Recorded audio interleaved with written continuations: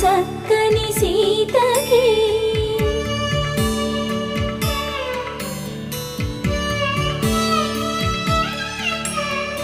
ఎర్ర జాబిలి చేయి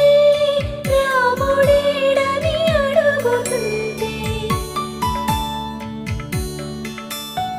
చూడలేదని పెదవి చెప్పే చెప్పలేమని కనులు చెప్పే నల్ల పూసై